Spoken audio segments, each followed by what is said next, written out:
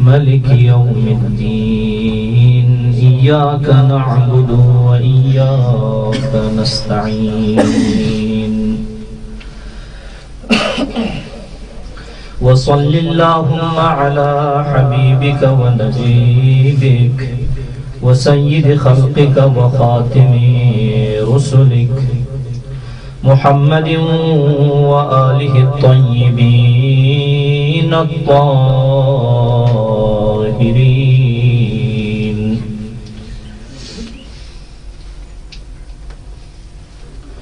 واللعنة الدائمة على أعدائهم أجمعين من يوم عداوتهم إلى لقاء يوم الدين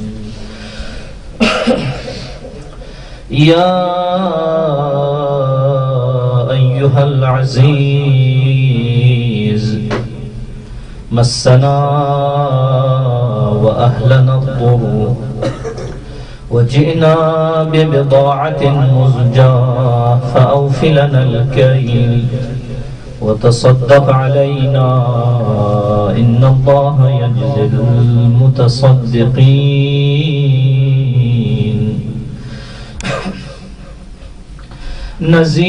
نزيلك حيثما اتجهت ركابي وضيفك حيث كنت من البلاد أما بعد فقد قال الباقر عليه السلام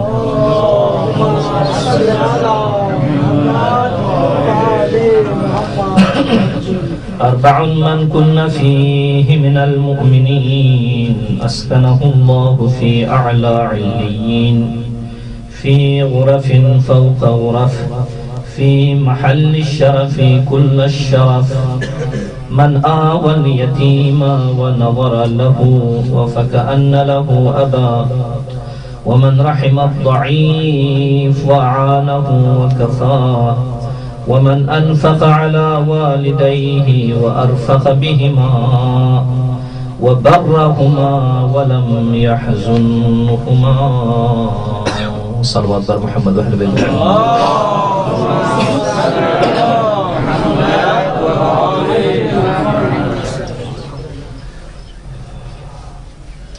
اپنی دعاؤں کی اجابت کے لیے گناہوں کی مغفرت کے لیے ایک مرتبہ پھر سے صلوات پڑھیں محمد و اہل بیت محمد پر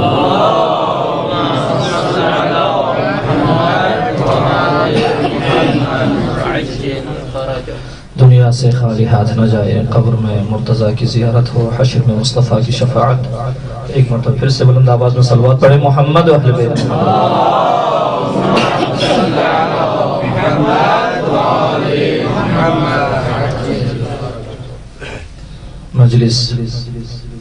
مجلس ترحیم بھی ہے اور اس کے ساتھ ساتھ جو عظیم مناسبت آج کی شب ایک مانگ کے لیے مجلس ترحیم اور ایک مانگ کی وفات کی رات تو لہذا ہم سب مل کر میں اپنی طرف سے اور آپ تمام عزیزوں کی طرف سے سادات کرام علماء اعظام کی طرف سے اپنے برادر عزیز القادر محمد اجمل صاحب کی خدمت میں تسلیت عرض کرتے ہیں اور اللہ رب العزت سے یہ دعا کرتے ہیں خداوند متعال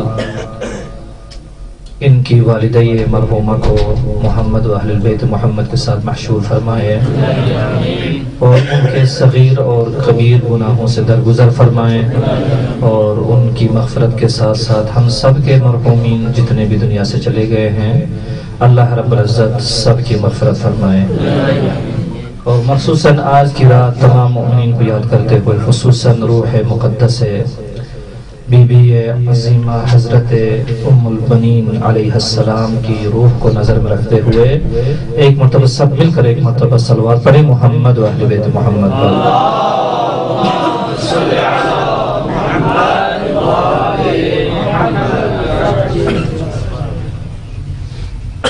سادات اعظام تشریف رکھتے ہیں، علماء تشریف رکھتے ہیں، آپ سب کی خدمت میں بالآخرہ امر ہونے کی وجہ سے آپ کی خدمت میں حاضر ہوا ہوں۔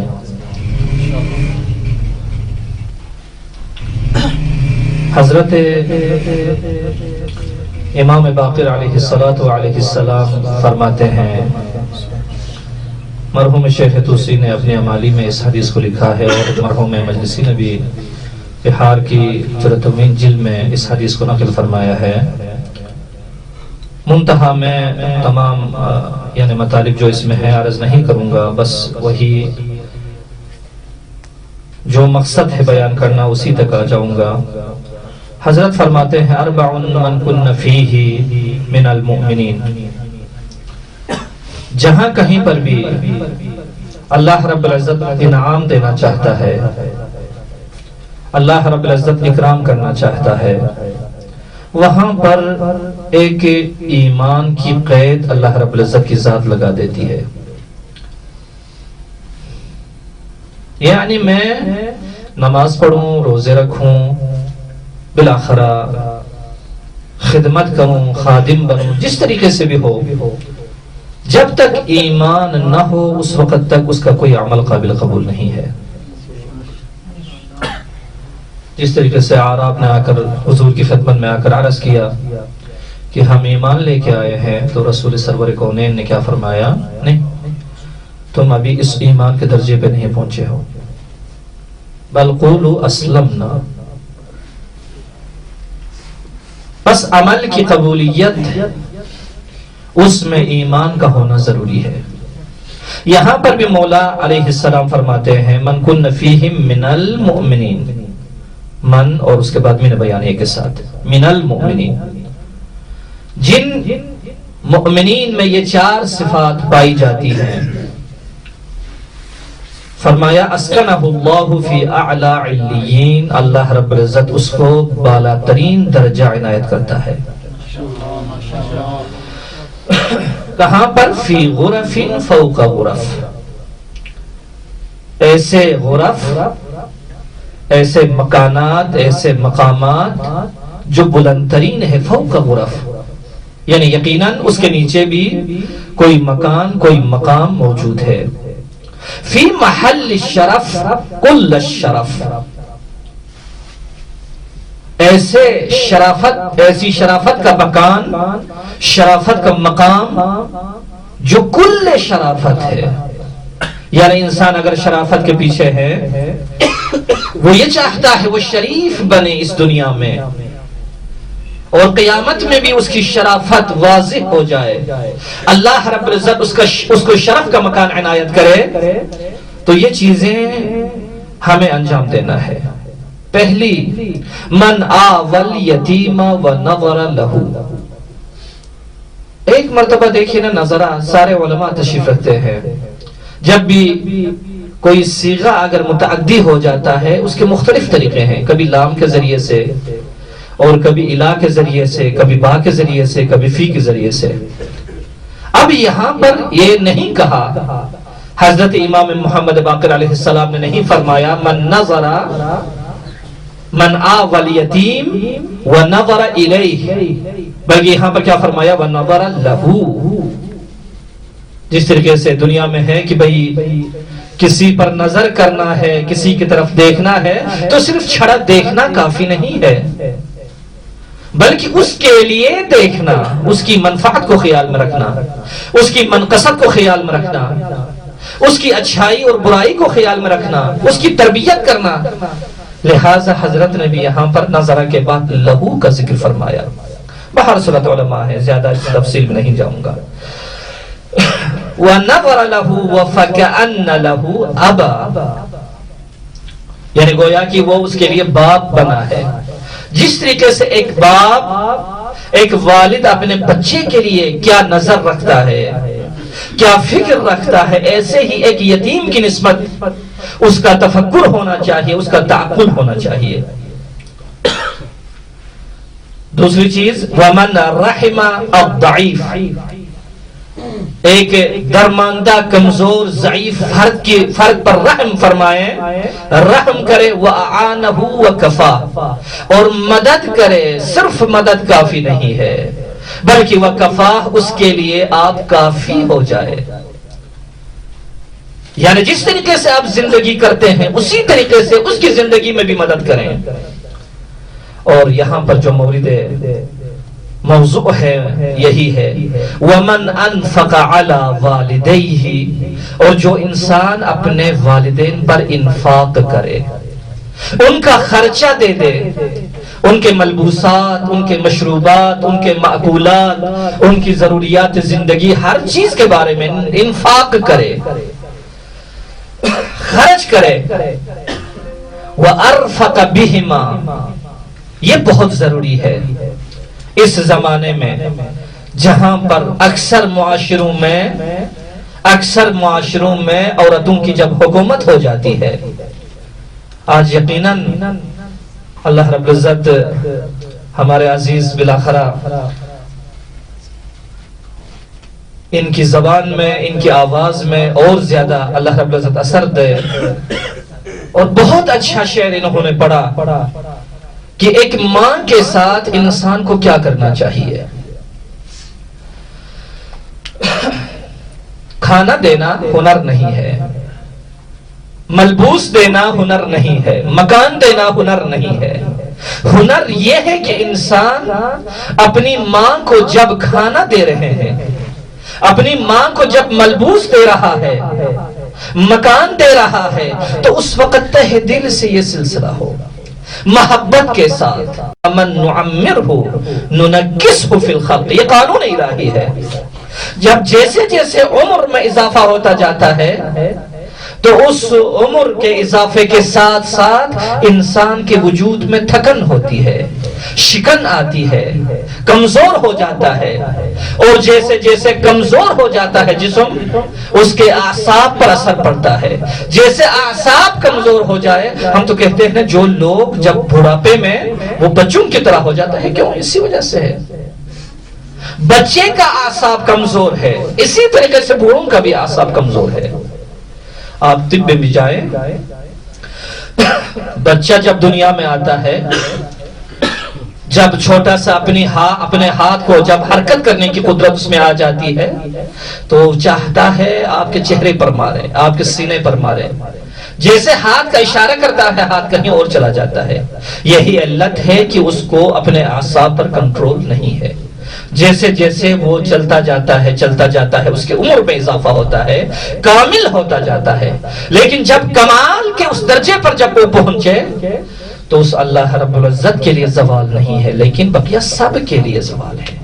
پھر اس کی قدرت کمزوری اور ضعف میں تبدیل ہونا شروع ہو جاتی ہے.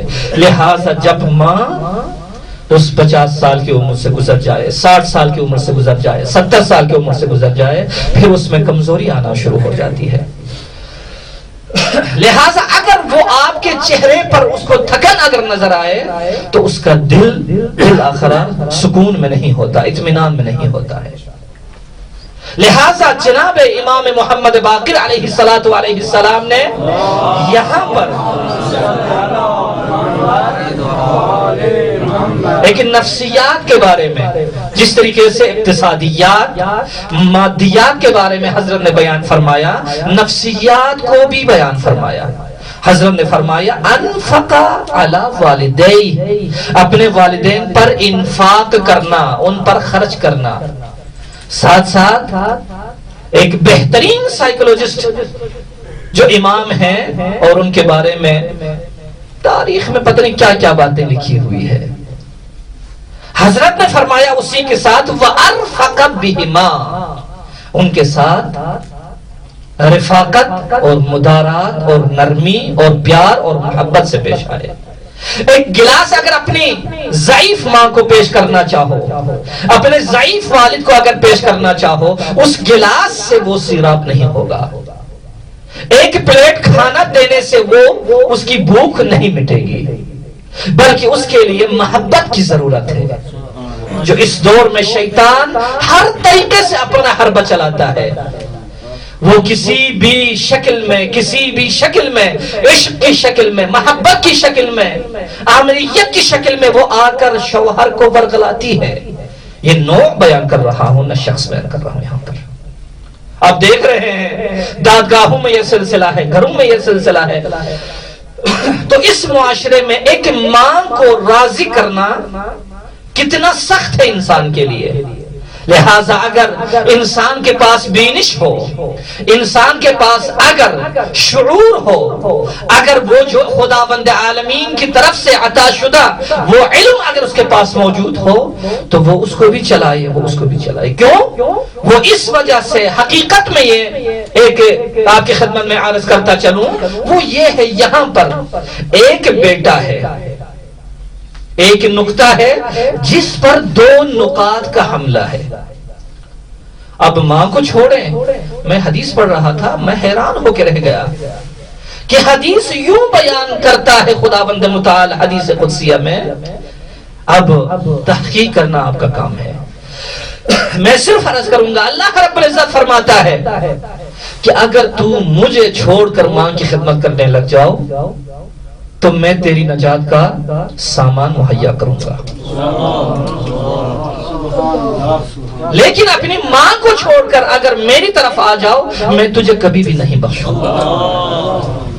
یعنی واقعہ سمجھ میں نہیں آتی ہے. میں جو کمظرف انسان، مجھے اس حدیث قدسیہ کو سمجھنے میں بہت ہی سختی ہے کہ اتنی عظمت ہے. لہٰذا جس طریقے سے ہم کہتے ہیں نا کہ علماء سب تشریف رکھتے ہیں، نصب اربعہ میں ایک عموم خصوص من وجہین ہے، جس کا ملاک اور جس کا معیار ایک مادہ اجتماع، 2 مادہ افتراق. یقیناً اگر آپ خود حتماً توجہ کریں، یہاں پر ایک مادہ اجتماع ہے، 2 مادہ افتراق ہے. اس مادہ اجتماع کا بھی خیال رکھنا ہے، جہاں پر بیٹا بھی ہے اور جہاں پر شوہر بھی ہے، اور جہاں پر صرف شوہر ہے، جہاں پر صرف بیٹا ہے. اگر اس مطلب کو اگر انسان سمجھ لے کہ میرا کام یہاں پر 2 مادہ افتراق کا خیال رکھنا ہے اور ایک مادہ اجتماع کا خیال رکھنا ہے، اگر ایسا ہو جائے پھر یقیناً اس کی زندگی بہترین زندگی ہے. کیوں؟ اب ہم کہیں ہم ان 2 چیزوں کو چلا نہیں سکتے، واقعہ ایسا ہے. وہ اس وجہ سے ایک جوان عورت ہے، وہ اپنا سب کچھ چھوڑ کر، ماں سے جدا ہو کر، باپ سے جدا ہو کر، بہن بھائیوں سے جدا ہو کر ایک گھر میں وہ آ جاتی ہے. وہ سمجھتی ہے اب یہاں پر میری بادشاہی شروع ہونی چاہیے، سب کچھ کو لٹا کر میں اس کی خدمت میں آ گئی ہوں. اب اس طرف سے ماں کیا کہتی ہے؟ ماں کہتی ہے 18 سال تک میں نے اس کو پالا ہے، 18 سال تک میں نے اس کی رہنمائی کی ہے کہ آج ایک اجنبی عورت آ کر یہ مجھ سے چھین لے. اب یہاں پر کیا ہے؟ 2 حکومتیں، 2 نقطے. ایک نقطے کے چھیننے کا خطرہ ہے اور ایک نقطے کو چھیننے کی سوچ ہے. یہ 2 چیزیں ہیں. لیکن اگر انسان صمیم قلب سے دیکھ لے کہ واقعہ ایسا ہی ہے، نہیں ہے ایسا. کیوں؟ دونوں کے حقوق علیحدہ ہے. ماں کا حق اور ہے، بیوی کا حق اور ہے. اگر انسان جھوٹ بولے بغیر، اگر انسان بد کرداری کے بغیر اگر ان دونوں حقوق کا اگر خیال رکھنا چاہیں تو یقیناً وہ خیال رکھ سکتا ہے. لہذا آئے امام محمد باقر علیہ السلام نے کیا فرمایا؟ فرمایا وَأَرْفَقَ بِهِمَا. کھانا دینا کافی نہیں ہے عزیزو، پانی پلانا کافی نہیں ہے، اچھے ملبوس مہیا کرنا کافی نہیں ہے، اچھا مکان مہیا کرنا کافی نہیں ہے، بلکہ ارفاق بھی ضروری ہے، محبت کا اظہار بھی ضروری ہے. اب ایک مرتبہ آپ اپنی ماں سے کہیں گے، چونکہ آج ماں کی مجلس ترحیم ہے، ماں کی وفات کی رات ہے، اس وجہ سے عرض کر رہا ہوں. ایک مرتبہ کہیں میں آپ کے قربان ہو جاؤں، میں فدا ہو جاؤں، کون سی یہاں پر کمی آ جائے گی انسان کے اندر؟ ایک ماں کا چہرہ اگر وہ خوشی سے اگر کھل جاتا ہے. رسول خدا کی خدمت میں کسی نے آ کر عرض کیا یا رسول اللہ ماں باپ کی کوئی بات کریں. حضرت نے سیدھی سیدھی بات وہاں پر فرما دیا. احیاء العلوم میں یہ حدیث لکھی ہوئی ہے پیغمبر کی طرف سے. حضرت نے فرمایا ماں باپ تمہاری جنت ہے اور تمہارے لیے جہنم ہے. چاہے تو یہ تمہارے لیے بہشت ہے، چاہے تو یہ تمہارے لیے جہنم ہے. ان کو راضی کرے بہشت بن جائے، اگر ان کو ناراض کرے. اور عجب اس بات پر ہے، فضیلت کا جب میدان آتا ہے کہا فوق کل ذی بر بر، ہر نیکی کے اوپر ایک نیکی ہے، ہر اچھائی کے اوپر ایک اچھائی ہے. اچھائی ترقی کرتی جاتی ہے، یہ درجہ بدرجہ چڑھتا جاتا ہے. اور جس وقت انسان نماز پڑھتا ہے، روزے رکھتا ہے، خمس دیتا ہے، زکوٰۃ دیتا ہے، والدین کے ساتھ نیکی کرتا ہے، اچھا سلوک کرتا ہے، اس کی اچھائی میں اضافہ ہوتا جاتا ہے. اور جس وقت راہ خدا میں جام شہادت یہ نوش کرتا ہے تو اس کے بعد نیکی ختم، اس سے آگے کوئی نیکی نہیں ہے. یہی انتہا ہے. جیسے ایک قطرہ اس انسان کے خون سے بہہ کر زمین پر پڑ جاتا ہے، وہ قطرہ گر جاتا ہے تو اللہ رب العزت کہتا ہے کہ میں نے تمہارے سارے گناہ میں نے بخش دیا. یہ اچھائی کے عنوان سے ہے. اسی طریقے سے جیسے درج میں ہے ایسے ہی درک میں ہے. جیسے گرتا ہے، گناہ ہے، برائی ہے، انسان گرتا ہے، ایک گناہ کرتا ہے، اس سے بھی نیچے ایک گناہ ہے، اس سے بھی نیچے ایک گناہ ہے، اس سے بھی ایک نیچے ایک گناہ ہے. لیکن جس وقت گناہ کی وہ درک کی حد، درج کی حد کیا تھی؟ شہادت. درک کی حد کیا ہے؟ درک کی حد یہ ہے جب انسان چلتا جاتا ہے نیچے گرتا جاتا ہے، جس وقت والدین کے لیے وہ آنکھ ہو جاتا ہے، اللہ رب العزت کہتا ہے بس اس سے بڑھ کر تمہارا درک نہیں ہے، اس سے بڑھ کر بدترین درجہ تمہارے لیے نہیں ہے. لہذا ماں کی عظمت، والدین کی عظمت، صلوات پڑھیں محمد و اہل بیت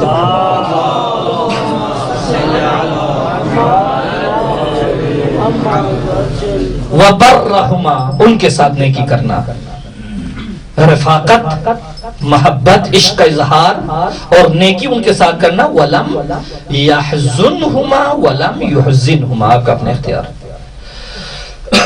دونوں لغت میں کلمات آئے ہوئے ہیں، یعنی ان کو غمگین نہ کرے. یہ امام علیہ السلام کا ارشاد ہے. یہاں تک ایک چھوٹا سا مقدمہ آپ کی خدمت میں عرض کروں گا.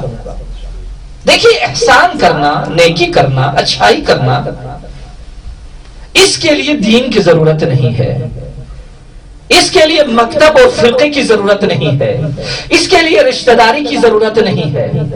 یہ ہر کہمہ یہ جانتا ہے، ہر فرد عالی و دانی یہ جانتا ہے کہ کسی کے ساتھ اچھائی کرنا اچھا ہے، برائی کرنا برا ہے.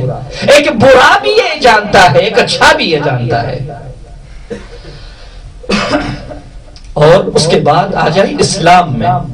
اسلام تنہا واحد وہ مذہب نہیں ہے کہ جس مذہب میں والدین کے ساتھ احسان، والدین کے ساتھ نیکی کرنا صرف اسی اسلام میں ہو. نہیں، اسلام سے پہلے جتنے بھی ادیان آسمانی ہیں سب ادیان میں یہی چیز موجود ہے. نوح نبی کے بارے میں دیکھیں، ابراہیم خلیل کے بارے میں دیکھیں، عیسائی مسیح کے بارے میں دیکھیں، یعنی جس نبی کو دیکھیں. آج یقیناً آپ سب نے والدین کی جو مغفرت کی نماز ہے حتماً نماز پڑھی ہوگی. ایک ابراہیم کی دعا ہے اور ایک حضرت نوح علیہ السلام کی دعا ہے. یقیناً جن کے والدین دنیا سے چلے گئے ہیں ان کے لیے بھی ہے، اور جن کے والدین زندہ ہیں ان کے لیے بھی ہے. یہ نہیں ہے کہ ہم نے آج جو ہے نا قرآن کو صرف مردوں کے لیے، صرف دنیا سے جانے والوں کے لیے ہم نے یعنی اس کو مشخص کر دیا ہے، اس کو ہم نے مختص کر دیا ہے. ایسا نہیں ہے. مردوں سے زیادہ جو زندہ ہے ان کو قرآن کی ضرورت ہوتی ہے، ان کو نماز کی ضرورت ہوتی ہے. اور جن کے والدین زندہ ہے، مغفرت والدین کے لیے پڑھنا نماز ان کے لیے زیادہ مستحق ہے. وہ لہذا نوح نبی نے بھی کہہ دیا، ابراہیم خلیل نے بھی کہہ دیا، رب یا تو ربنا اغفر لی کی شکل میں، یا تو رب اغفر لی کی شکل میں. حضرت مسیح کے بارے میں دیکھیں، بقیہ جتنے بھی بڑے بڑے دنیا سے گزرے ہیں افراد ان سب کے بارے میں دیکھیں. یہ ماں کا مقام، یہ والد کا مقام. صلوات پڑھیں محمد و اہل بیت محمد پر. اللہم صل علی محمد و آل محمد وعجل فرج. نعرہ تکبیر، اللہ اکبر، نعرہ رسالت، یا رسول اللہ، نعرہ حیدری. خدمت والدین پر بآواز بلند صلوات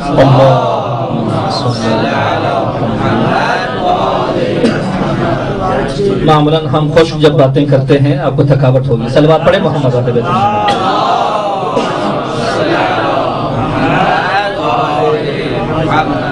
دو حدیث بیان کر کے انشاءاللہ حضرت کی طرف اشارہ کر کے میں گزار دوں گا.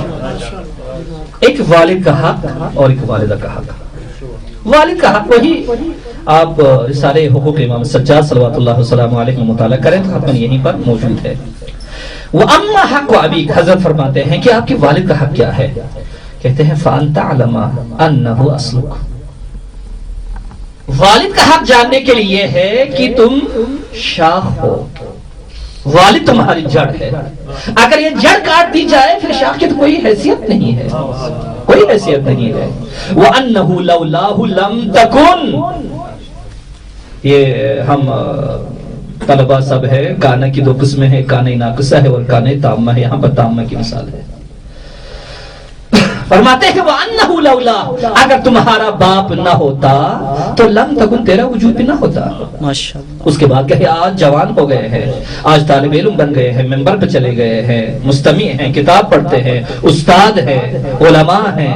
اس کے بعد ایک ہنر نظر آئے تو کہتے ہیں میں نے یہ کیا. حضرت فرماتے ہیں فَمَا رَأَيْتَ مِن نَفْسِكَ مِمَّا يُعْجِبُكَ. اگر آج جوان ہونے کے بعد, آج عمر آنے کے بعد, آج عالم ہونے کے بعد, انجینئر بننے کے بعد, ڈاکٹر بننے کے بعد ایک انجیکشن لگانے کے ساتھ ہنر آپ نے نہیں کیا ہے, ایک ممبر پر ہنر نہیں کیا ہے, یہ تمہارا نہیں ہے, یہ تمہارا نہیں ہے. کسی نے آ کر امام کی خدمت میں آ کر عرض کیا یا ابن رسول اللہ میں کیا کروں مال. فرمایا انت ومالک لابیک. تو کیا سوچتا ہے, تو کہاں سے آ گیا ہے, تو سمجھتا ہے یہ مال تمہارا ہے. نہیں, مال تمہارا نہیں بلکہ تو بھی اپنا نہیں ہے. انت ومالک لابیک, تم اور تمہارے پاس جو کچھ ہے تمہارے والد کے لیے ہے. یہاں پر امام سجاد نے کیا فرمایا فَمَا رَأَيْتَ مِن نَفْسِكَ مِمَّا يُعْجِبُكَ. تو ایسا ایک کام کرے, تدریس کرنا شروع کر دو, تقریر کرنا شروع کر دو, تحریر کرنا شروع کر دو, انجیکشن لگانا شروع کر دو, دیوار بنانا شروع کر دو. حضرت فرماتے ہیں فَعْلَمْ أَنَّ أَبَاكَ أَصْلُ النِّعْمَةِ عَلَيْكَ فِيهِ. یہاں پر تمہارا باپ ہے جو اصل نعمت ہے. صلوات پڑھے محمد اہل بیت محمد کا. معذرت کے ساتھ تھوڑا سا قریب آ جائے, جگہ سردی میں علماء ہیں وہاں پر جو ہے. ایک مرتبہ اور صلوات پڑھے.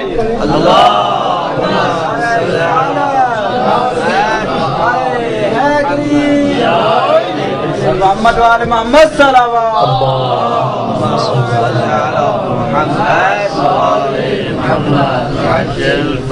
کہا ان اباک اصل النعمہ, نعمت کی اصل تم نہیں ہو. اگر باپ نہ ہوتا تو تم کہاں سے آتے. نتیجہ باپ کی نسبت. کہا فاحمد اللہ, پس خداوند عالمین کی حمد کرو. واشکرہ, خداوند عالمین کا شکر ادا کرو. علی قدر ذالک ولا قوت الا باللہ. یہ ساری قوت اللہ رب العزت کی طرف سے ہے. پھر بھی باپ کی حیثیت بیان کر کے آخر میں کہہ دیا قوت اسی ذات کی ہے, یہ ماں کی طرف سے. ایک صلوات پڑھے محمد اہل بیت محمد. صلی علی محمد و آل محمد.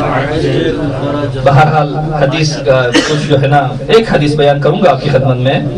رسول خدا کی خدمت میں آ کر عرض کیا یا رسول اللہ وما حق الوالدہ, والدہ کا حق کیا ہے.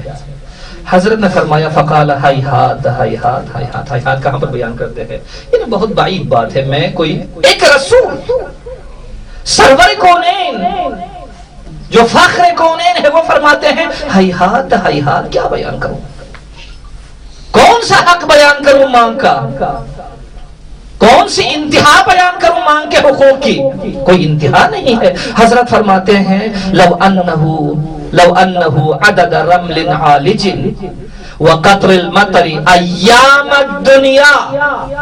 یہ دنیا میں جتنے بھی ریت کے ذرات موجود ہیں اور رہتی دنیا تک کے بارش کے قطرات کو گننا شروع کر دے. ایام الدہر, پوری دنیا کے بارے میں. قام بین یدیہا, یعنی اتنی مدت, اتنا زمان ماں کی خدمت کرے تو ما عدل ذالک، یہ ساری خدمات برابر نہیں ہے کس کے؟ یوم حملتہ فی بطنہا. صلوات پر محمد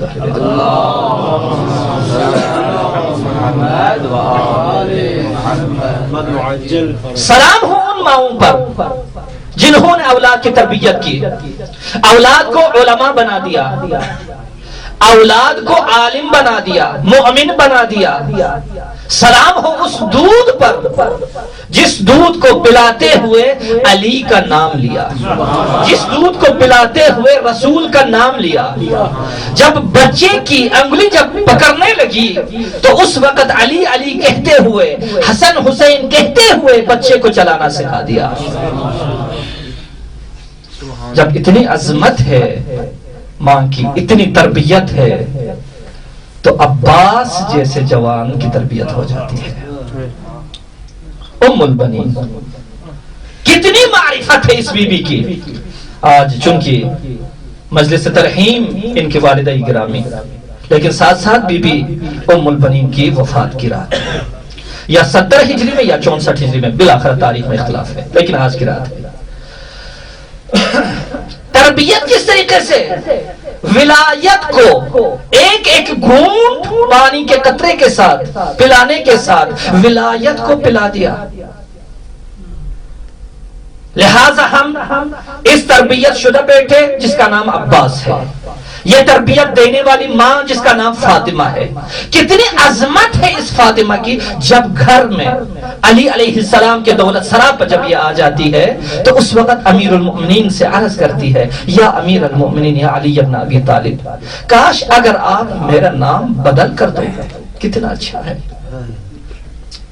مجھے نہیں اچھا لگتا ہے آپ کے گھر میں فاطمہ کا نام پکارا جائے، کہیں حسن حسین کا دل ٹوٹ نہ جائے.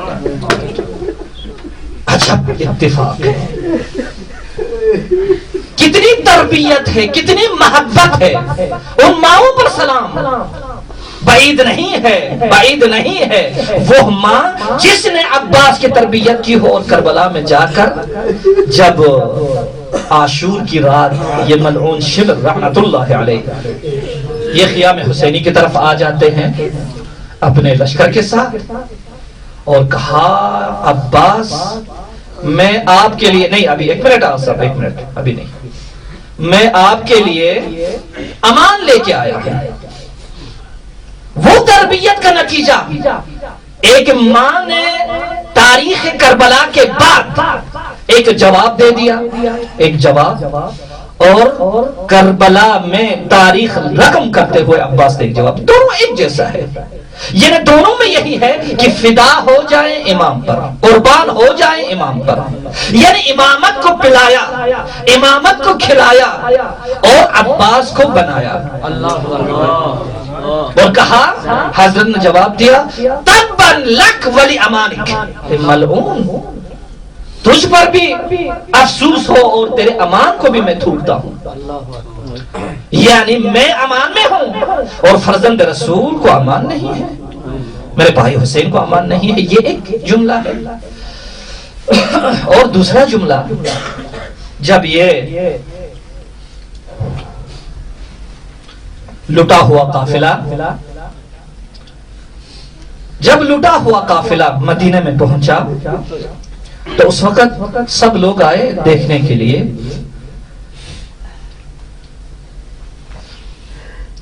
بشیر ہے، ان سے کہا، بشیر امام حسین علیہ السلام کا کیا بنا، میرے مولا کا کیا بنا؟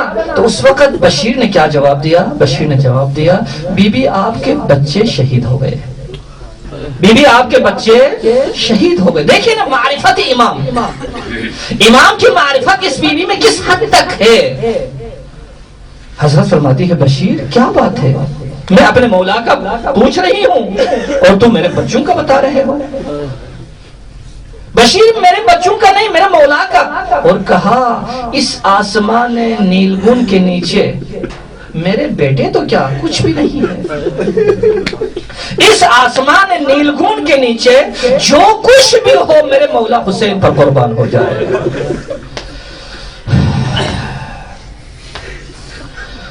السلام عليك يا أبا عبد الله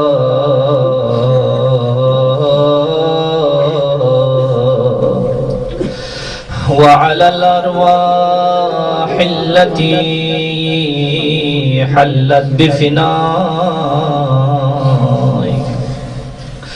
عليك مني سلام الله أبدا ما بقيت وبقي الليل والنهار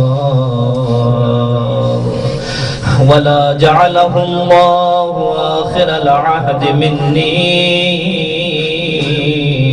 لزيارتكم سب مل کے پڑھیں السلام على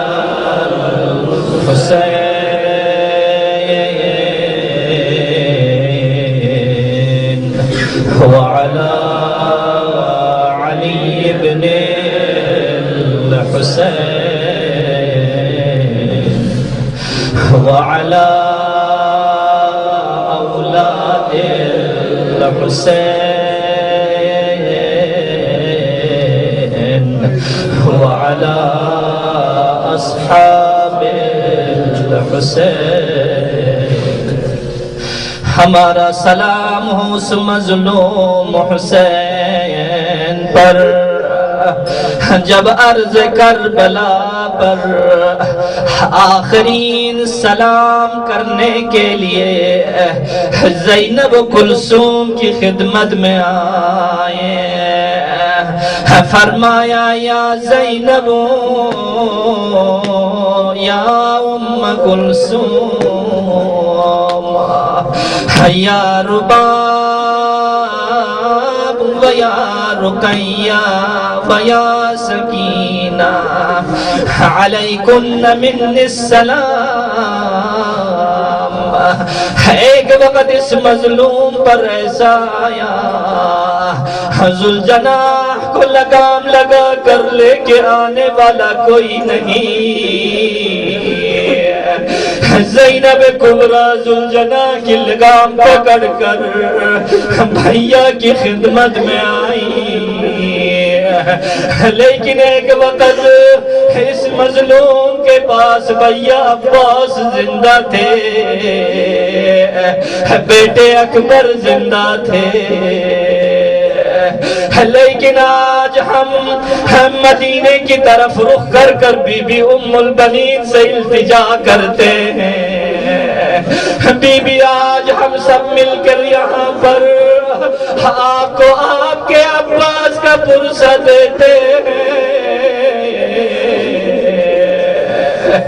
خود بی بی نے بھی یہی کہا ہاں مجھے یقین ہے اگر میرے عباس کے بازو قلب نہ ہوتے کبھی خیام میں دشمن نہ آتے کبھی سکینہ کے مشکی سے پر تیر برسایا نہ جاتا بی بی ہم تسلیت عرض کرتے ہیں عباس کے مصائب بہت زیادہ ہیں ایک وقت ایسا آتا ہے عباس فرماتے ہیں کسی کو میرے سب سخت مصیبت کو کیوں بیان نہیں کرتے کہا وہ مولا کون سی مصیبت ہے فرمانے لگے جب گھوڑے کے زیر سے جب سوار زمین پر گرتا ہے تو اپنے